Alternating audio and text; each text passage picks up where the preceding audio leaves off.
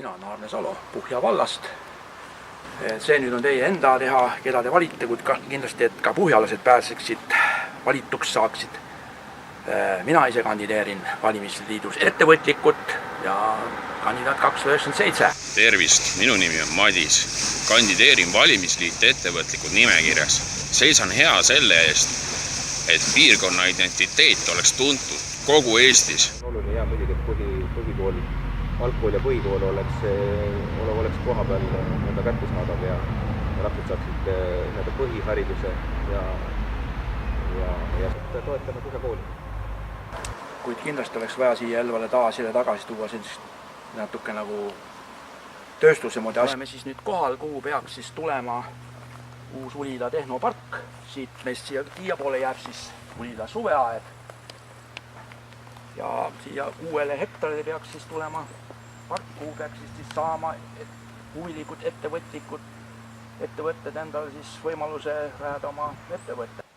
Et pakkuda siis ka siin lähikonna inimestele tööd.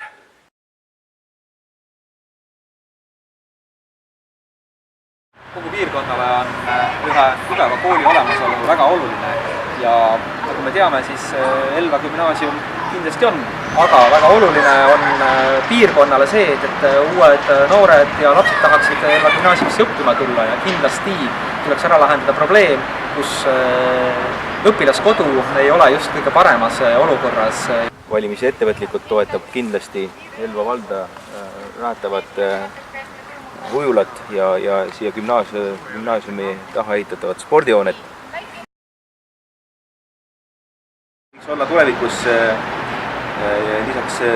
lisaks nendele tugevatele töötavatele suundadele ka näiteks tehnoloogiasuund.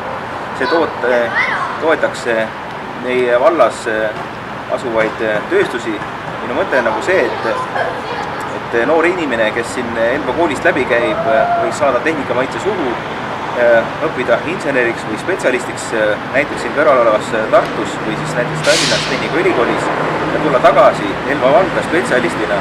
Ulila tööstuspark, mis on samamoodi, nõuab ju professionaalset kaadrit ja nende tulevaste noorte professionaalide haridustee võib ju alata siit Elvast gümnaasiumist.